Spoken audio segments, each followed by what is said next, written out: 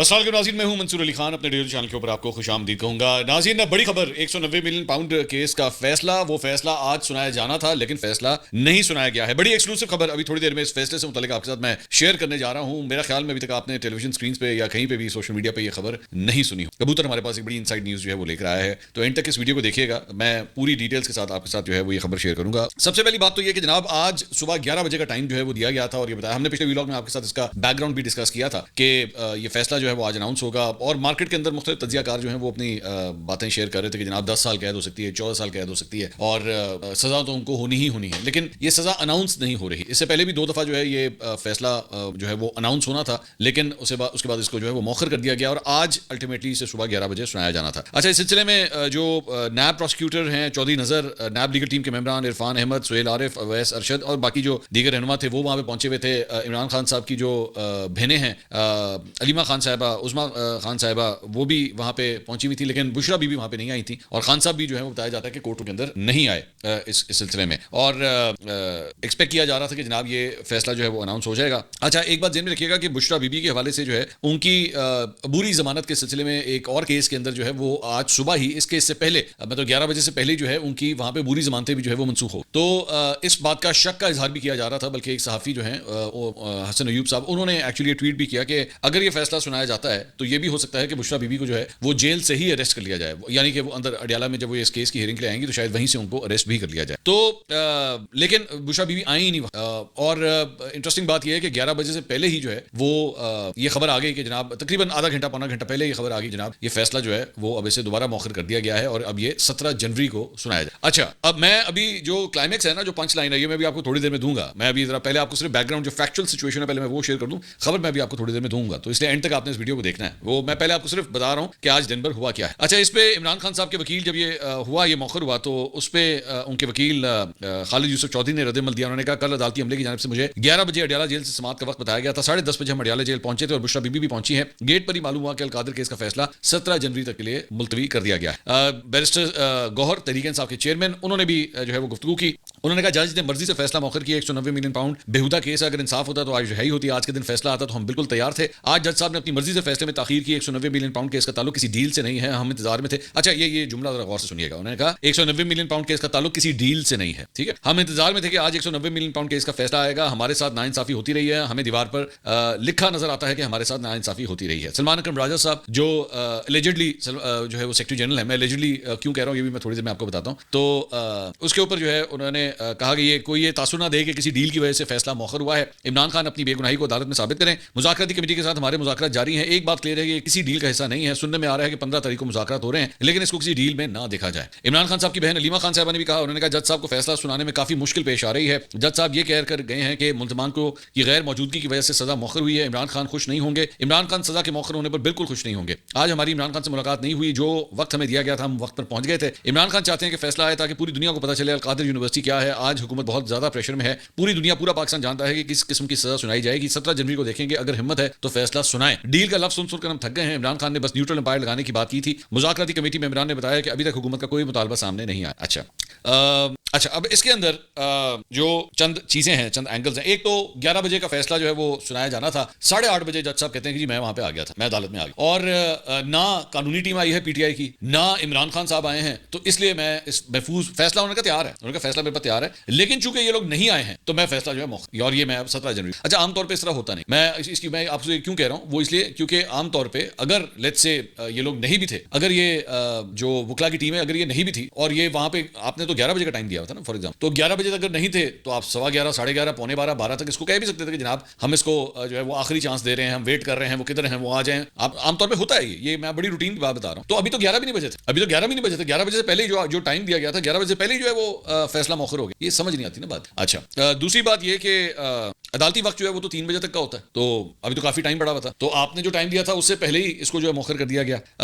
इससे पहले जो और भी बहुत से ऐसे फैसले, मिसाल के तौर पे 1 साल पहले 13 जनवरी को जो है वो बल्ले के निशान का फैसला आया था, तो वो रात के 11:30 बजे जो है वो सुनाया गया। और उस दिन जो है वो बार बार फैसले में ताखीर भी होती रही थी कि अब आ रहा है फैसला, अब आ रहा है, अब आ रहा है, लेकिन वो नहीं आ रहा था, लेकिन अल्टीमेटली आ गया। सो ये अगर कोई इसको लीगल फ्रेमवर्क में अगर डाल के कहेगा ना कि जनाब वो एक्चुअली ये रीजन थी, वो नहीं आए थे, ये नहीं आए थे, तो वो बात समझ नहीं आती। ठीक है, अच्छा, उसके बाद दूसरी, अब आ जाए असल खबर के ऊपर। जो खबर है, खबर ये है कि पाकिस्तान तहरीक इंसाफ के लोगों के दरमियान जो लीडरशिप है जो बाहर बैठी, मेरी इत्तला के मुताबिक कल रात को 12 बजे से पहले पहले उनकी आपस में ये डिस्कशन हो गई थी, या उन तक ये बात पहुंच गई थी, या उनको शक था। ये मैं तीनों मुख्तलिफ खुलिये जो है ना मैं रख रहा हूँ इस सारी बात, या उनको पता था, या वो डिस्कशन कर रहे थे, या उनको शक था, या उन तक ये पैगाम पहुंच चुका हुआ था कि कल यानी कि आज 11 बजे फैसला। ये मैं आपको अपनी खबर में, और मैं इस खबर पे खड़ा हूं, मुझे कोई इसको चैलेंज करे, मैं ये दोबारा रिपीट कर देता हूं कि मेरी खबर के मुताबिक पाकिस्तान तहरीक इंसाफ के रहनुमाओं को कल रात तक ये बात पता लग गई हुई थी कि आज फैसला नहीं है। बाकी उनका विजिट करना आना वो खाली जगह पूर करने वाली बात। अब आपके ज़हन में होगा कि भाई ये क्या चक्कर है, ऐसा क्यों है, ऐसा क्यों है कि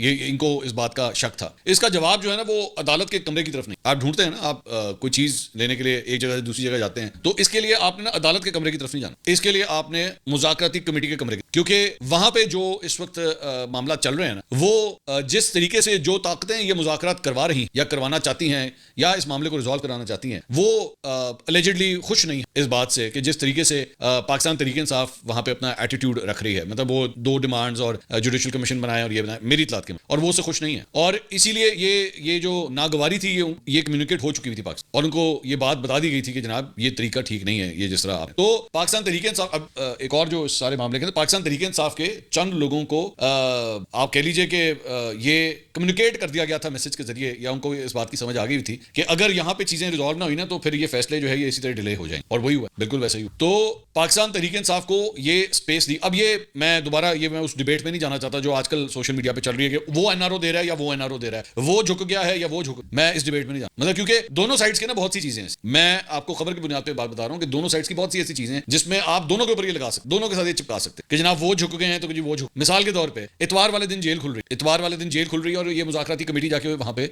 मिल रही है खान साहब। तो जेल मतलब वो कोई रेस्टोरेंट तो नहीं है ना जिसमें आप गए चलो आओ जाके चिकन कढ़ाई खा के आते हैं, वो जेल है, वो अडयाला जेल है। वहां पे वो किसी गोगी से, गोगी नहीं, गोगी तो नहीं, किसी बिल्ले से, किसी छीमे से मिलने के लिए आप इतवार वाले दिन नहीं जा सकते। ये आपको फैसिलिटेट किया जाता है जब आप मिलने के लिए जाते, तो ये फैसिलिटी क्रिएट की गई कि जी जाए जाके खान साहब से मिल। लेकिन दूसरी साइड पे अगर मैं इसको स्विच ओवर मारूं कि ये लोग कहते हैं कि जनाब वो देखें जी इमरान खान साहब से एनआरओ मांग रहे, तो इमरान खान साहब से अगर एनआरओ मांग रहे हैं तो तुम मना कर दो। आप लोगों ने मुज़ाकराती कमेटी के चक्कर में बनाई हुई, आप मना कर देंगे नहीं बनानी, हम इसकी जरूरत ही नहीं है। आप भी तो उठ के कमरे में जा रहे हैं ना, जा जाके बार बार बैठ रहे हैं वहां। तो ये सारी पब्लिक पोस्टिंग है, मैं दोनों साइड्स की बात कर रहा हूं, ये पब्लिक पोस्ट। हकीकत ये है कि दोनों साइड्स चाह रही हैं कि कोई ना कोई ब्रेक थ्रू हो जाए, लेकिन चूंकि नहीं हो रहा, क्योंकि फिलहाल नेगोशिएशन टेबल के ऊपर जो है वो नहीं हो रहा, तो इस वजह से भी चीजें जो है वो खराब हो। अच्छा, दोनों साइड जो है वो, मिसाल के तौर पर मैं आपको दोबारा बता रहा हूं कि पाकिस्तान तहरीक इंसाफ अपनी जो काउंटिंग कर रही है या जिस चीज पर रिलाई कर रही है वो वही है 20 जनवरी। ये जी 20 जनवरी को ट्रंप आएगा और अगले हफ्ते 10 दिन के अंदर, और इसीलिए 20 जनवरी के बाद 31 जनवरी की डेट रखी गई कि 31 तारीख की हमारी डेडलाइन है। वो 11 दिन जो रखे गए हैं ना, वो डेडलाइन इसी वजह से कि इसी के अंदर जो है ना वो हमने कुछ ना कुछ करना, और अगर ना हुआ तो 11 के बाद जो है फिर पाकिस्तान तहरीक इंसाफ कहेगी ऐसी दमादम मस्कलन। तो इसलिए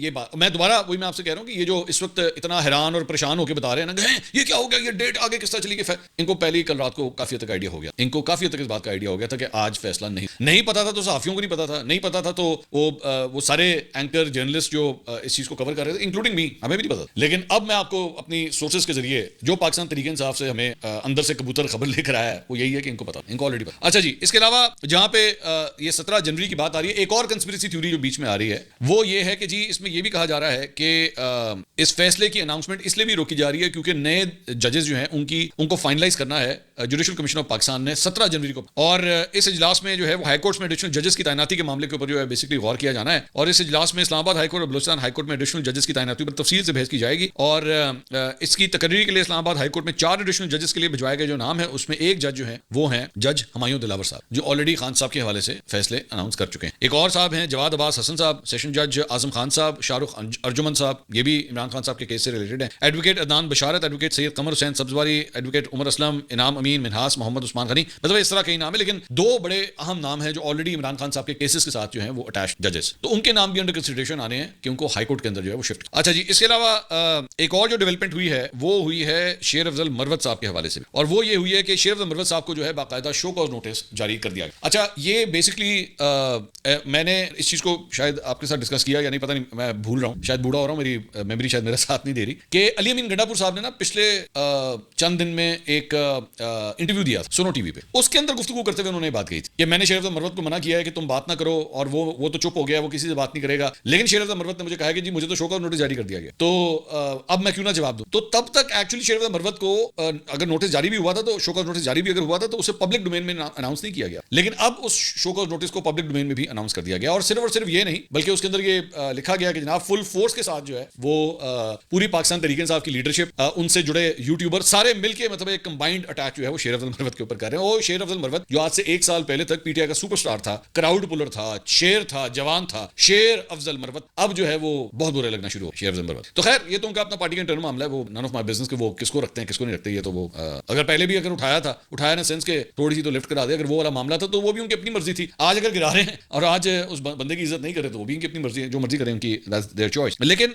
इंटरेस्टिंग बात यह है कि इनका जो शो कॉज नोटिस है वो एडिशनल सेक्रेटरी जनरल पीटीआई फिरदौस शमीम नकवी ने साइन। अच्छा, दिस इज वेरी सरप्राइजिंग, क्योंकि आमतौर पे शो कॉज नोटिस जो होते हैं ना वो सेक्रेटरी जनरल साइन। तो यहाँ पे दोबारा शेर अफजल मरवत का ही वो नुक्ता जो है वो मैं दोबारा उठाना चाहूंगा, जिसमें उन्होंने खुद कहा कि जी सलमान अकरम राजा साहब इन्होंने ये साइन क्यों नहीं किया हुआ, और उनके मुताबिक इनका तो नोटिफिकेशन भी नहीं निकला हुआ सेक्रेटरी। तो क्या इसी वजह से ये फिरदौस शमीम नकवी साहब से ये साइन करवाया जा रहा है, क्योंकि सेक्रेटरी जनरल का नोटिफिकेशन ही नहीं है। तो बहरहाल दिस इज वेरी इंटरेस्टिंग, और ये पहली दफा नहीं है कि शेर अफजल मरवत को जो है वो शो कॉज नोटिस जारी किया गया, इससे पहले भी हो चुका है, लेकिन माफी तलाफी हो गई और मामला जो है वो रिजॉल्व हो गया। तो अब जो है वो दोबारा इनको नोटिस जारी किया गया और इन्हें कहा कि जी आप जवाब। इस मरतबा क्या ये आखिरी राउंड होगा शेर अफजल मरवत का, we will have to wait and see. इन्होंने अलबत्ता ट्वीट किया, उन्होंने कहा दोस्तों के मशवरे पर मैंने 1-2 हफ्ते इलेक्ट्रॉनिक मीडिया से दूर रहने का फैसला किया है। मैं मीडिया के दोस्तों से गुजारिश करूंगा कि इस तरह के प्रोग्राम्स में शामिल होने पर इसरार ना करें। तो देखते हैं कि क्या शेर अफजल मरवत जो है वो कंटिन्यू कर पाते हैं या नहीं, या अली अमीन गंडापुर इनकी जो है वो हिफाजत के लिए आते हैं, इनको डिफेंड करने के लिए आगे कदम बढ़ाते हैं या नहीं बढ़ाते। We will have to wait and see this. उन्होंने कहा कि जी दोस्तों के मशवरे पर मैंने 1-2 हफ्ते इलेक्ट्रॉनिक मीडिया से दूर रहने का फैसला किया। मैं मीडिया के दोस्तों से गुजारिश करूंगा कि इस तरह के प्रोग्राम्स में शामिल होने पर इसरार ना करें। मेरा उनका कहने का मकसद है कि जी मुझे इंटरव्यूज वगैरह के लिए जो है वो आप ना बुलाएं, मैं जरा टीवी को अवॉइड करना चाह रहा हूं, क्योंकि अभी अगर उन्होंने कोई सख्त स्टेटमेंट दी और वो पूरी सलाहियत रखते हैं कोई ना कोई सख्त स्टेटमेंट देने की, तो